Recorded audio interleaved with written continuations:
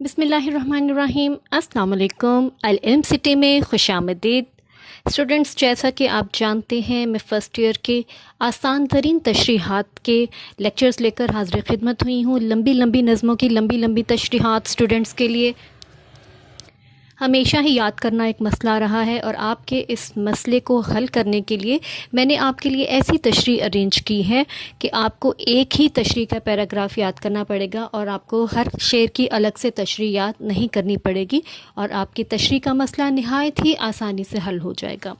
تو اس سلسلے میں آج ہم نظم نمبر 6 یعنی برسات کی تشریح کریں گے۔ پیٹرن آپ دیکھیے، میرا وہی پیٹرن ہے۔ سب سے پہلے دونوں شعر اکٹھے لکھ لیے ہیں، اس کے بعد حوالہ کلام لکھیں گے جس میں نظم کا عنوان اور شاعر کا نام آ جائے گا۔ جیسا کہ آپ جانتے ہیں کہ 10 نمبر کی حصہ نظم میں سے تشریح ہوتی ہے، ایک ہی نظم میں سے 2 اشعار آتے ہیں جس میں 8 نمبر کی 4 نمبر کی دونوں اشعار کی تشریح ہوگی، ٹوٹل 8 نمبر کی، اور ایک نمبر جو ہوگا وہ حوالہ کلام کے انفارمیشن کا ہوگا جس میں نظم کا عنوان اور شاعر کا نام آ جاتا ہے، اس کے 2 نمبر ہوں گے۔ ٹھیک ہے، تو اب تشریح آپ نوٹ کر لیجئے اپنی نوٹ بک میں، میں پڑھ رہی ہوں، آپ کو یہی تشریح کافی ہے ہر شعر کی تشریح کے لیے اگر نظم برسات میں سے کوئی بھی شعر آئے گا۔ اختر شیرانی کی شاعری زبان و بیان کی خوبیوں سے بھرپور ہے۔ وہ موسم برسات کا جشن مناتے ہوئے اس موسم سے جڑے مناظر بیان کر رہے ہیں۔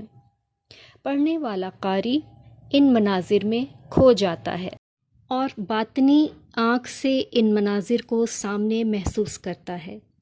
گھٹاؤں کے نیلے لباس میں ملبوس پریاں، باغ اور پھولوں کی تازگی، ہواؤں کا چلنا، گلاب کا مسکرانا، چنبیلی کی تازگی اور بارش کے موتی جیسے قطرے ایسے مناظر ہیں کہ برسات کا لطف دوبالا کر دیتے ہیں۔ گرمی کے ستائے ہوئے لوگ برسات کا انتظار کرتے ہیں۔ یہ تو تھی اسٹوڈنٹ ایک شعر کی تشریح، اور آپ اس کے بعد اگلا پیراگراف اگلی لائن سے شروع کیجیے گا۔ دوسرے شعر میں بھی شاعر موسم برسات کی رنگینی اور دل فریبی بیان کر رہے ہیں۔ بوندوں کا ترنم موتیوں کی لڑی کی شکل میں دل لبھا رہا ہے۔ ہر طرف جل تھل ہے، سمندر اور خشکی کا فرق مٹ گیا ہے، وادیاں اور پہاڑ سب رنگین ہو گئے ہیں اور دوبارہ آنے والے بادلوں کی نوید سنا رہے ہیں۔ اس کے علاوہ آپ ایک اضافی شعر لکھیں گے، گھنگور گھٹائیں چھا رہی ہیں، برکھا کی ہوائیں آ رہی ہیں۔ اب یہاں تک تو آپ کی تشریح مکمل ہو گئی۔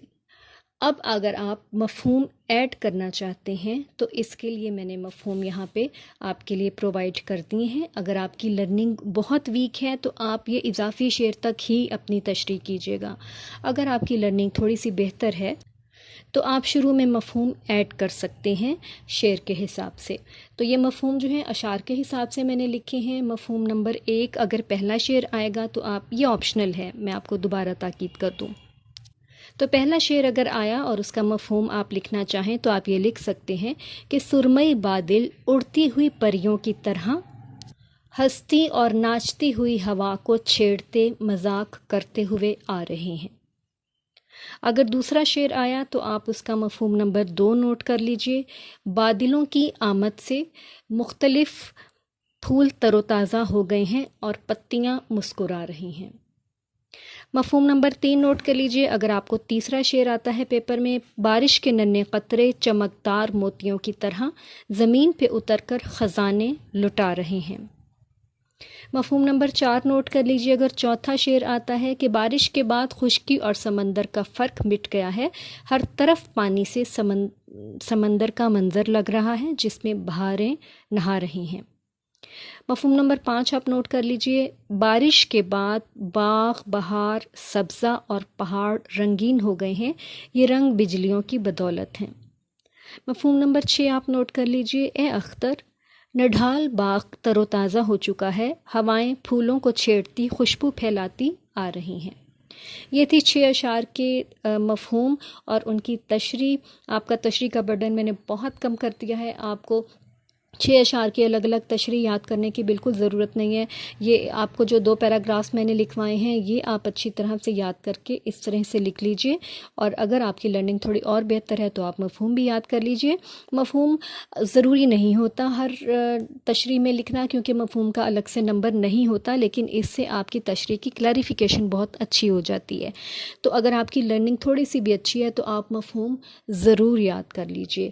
اور مجھے کمنٹس میں لکھ کر ضرور بتائیے گا کہ لیکچرز آپ کے لیے کتنے ہیلپ فل ثابت ہوئے، اور مزید آپ کس قسم کی گائیڈ لائن مجھ سے چاہتی ہیں. ویڈیو کو لائک اور شیئر کرنا مت بھولیے گا. اپنا بہت خیال رکھیے گا. ملتے ہیں نیکسٹ لیکچر میں. اللہ حافظ.